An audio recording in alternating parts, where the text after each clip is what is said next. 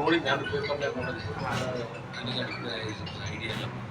ಅದು ಖಂಡನೆ ಮಾಡ್ತಾರೆ ಈಗ ಅಂತ ಸರ್ ಘೋಷಣೆ ಮಾಡಿ ಖಂಡನೆ ಮಾಡಲೇಬೇಕು, ಮಾಡೇ ಮಾಡ್ತೇವೆ ಅದನ್ನು, ಅದನ್ನು ಮಾಡ್ತೇವೆ. ಆಮೇಲೆ ಶೋಭಾ ಕರಂದ್ಲಾಜೆ ಏನು ನಮ್ಮ ಶಾಸಕರು ಮುಸ್ಲಿಮ್ ಆಗಿ ಈಗ ಹುಟ್ಟಬೇಕಾದ್ರೆ ನಾವೇನು ಕೇಳ್ಕೊಂಡು ಹುಟ್ಟಿರ್ತೇವೆ. ಲಿಂಗಾಯತ ಹೊಟ್ಟೆಗೆ ಹುಟ್ಟಬೇಕು, ಸಾಲ್ ಹೊಟ್ಟೆಗೆ ಹುಟ್ಟಬೇಕು, ಬ್ರಾಹ್ಮಣ ಹೊಟ್ಟೆಗೆ ಹುಟ್ಟಬೇಕು, ಇತ್ಲಾಗ ನಾಯಕರ ಹೊಟ್ಟೆಗೆ ಹುಟ್ಟಬೇಕು ಅಂತ ಹುಟ್ಟಿರ್ತೇವೆ. ನಾವು ಜೀವನ ಹೆಂಗೆ ಸಾಗಿಸ್ತೇವೆ ಅದ್ರ ಮೇಲೆ ಡಿಪೆಂಡ್.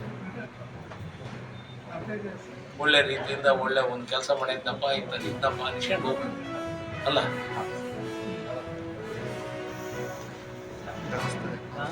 ಧರ್ಮಸ್ಥಳದ ಮುಗ್ದು ವಿಚಾರಣೆ ಇದೆ.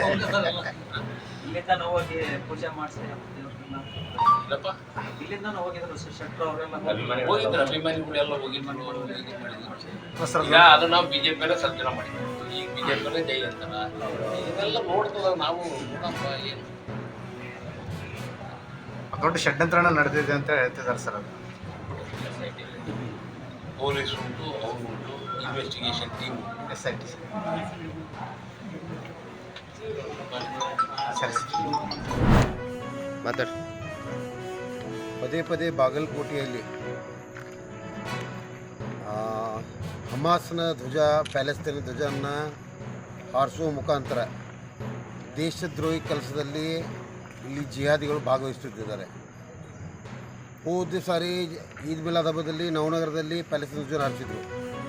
ಅದೇ ಈದ್ ಮಿಲಾದ್ ಹಬ್ಬದಲ್ಲಿ ಪ್ಯಾಲೆಸ್ತಾನಿಯ ಸೈನಿಕನ ಭಾವಚಿತ್ರವಿರುವ ಟಿಪ್ಪು ಸುಲ್ತಾನ್ ಜೊತೆ ಕೂಡಿಸಿ ಬ್ಯಾನರ್ ಹಾಕುವ ಮೂಲಕ ದೇಶದ್ರೋಹಿ ಕೆಲಸದಲ್ಲಿ ತೊಡಗಿಸಿಕೊಂಡಿದ್ದಾರೆ.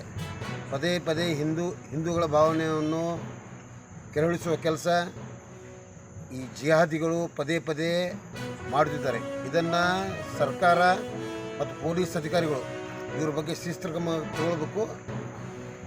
ಸರ್ಕಾರ ಇವ್ರ ಮೇಲೆ ಕಠಿಣ ಕ್ರಮ ಇವ್ರ ಮೇಲೆ ಕೇಸ್ ಹಾಕಬೇಕು.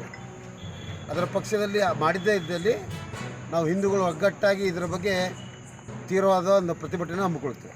ಎಲ್ಲಿ ಹಾಕ್ಯಾರೆ? ಎಲ್ಲಿ? ಪಂಕಾ ಮಸೀದ್ ಹತ್ರ, ಬಾಗಲಕೋಟೆಯ ಪಂಕಾ ಮಸೀದ್ ಹತ್ರ ಹಮಾಸನ ನಾಯಕನ ಭಾವಚಿತ್ರ ಟಿಪ್ಪು ಸುಲ್ತಾನ್ ಜೊತೆ ಕೂಡಿಸಿ ದೇಶದ್ರೋಹಿ ಫೋಟೋನ ಹಾಕಿದ್ದಾರೆ. ಇಲ್ಲಿ ಬಂದು ಈಗ ಪೊಲೀಸ್ ಅಧಿಕಾರಿಗಳು ನಾವು ಮನವಿ ಮಾಡಿದ್ದೇವೆ. ಅದನ್ನು ಯಾರ್ಯಾರು ಅದರಲ್ಲಿ ಭಾಗಿಯಾಗಿದ್ದಾರೆ ಅವ್ರ ಮೇಲೆ ಶಿಸ್ತಿನ ಕ್ರಮ ತಗೋಬೇಕು, ಅವ್ರ ಮೇಲೆ ಕೇಸ್ ಹಾಕು, ಸುಮ್ಮನೆ ಕೇಸ್ ಹಾಕಬೇಕು ಅಂತ ಅವರು ಒತ್ತಾಯಿಸಿದ್ದೇವೆ. ಅವ್ರ ವಿಶ್ವಾಸ ಮೇಲೆ ಇದೆ, ಅವ್ರ ಮೇಲೆ ವಿಶ್ವಾಸ ಇದೆ. ನಾಳೆ ಅನ್ನುವೊಳಗಾಗಿ ಅದರ ಬಗ್ಗೆ ಶಿಸ್ತು ಕ್ರಮ ತಗೊಂಡ್ರೆ ಅವರ ಕ್ರಮವನ್ನು ನೋಡಿ ಮುಂದಿನ ನಾವು ರೂಪುರೇಷೆ ಹಾಕಬೇಕು. ಮಾಡುತ್ತಿರುವ ಜಿಹಾದಿ ಮುಸಲ್ಮಾನರಿಗೆ, ದೇಶದ್ರೋಹಿ ಜಿಹಾದಿ ಮುಸಲ್ಮಾನರಿಗೆ ದೇಶ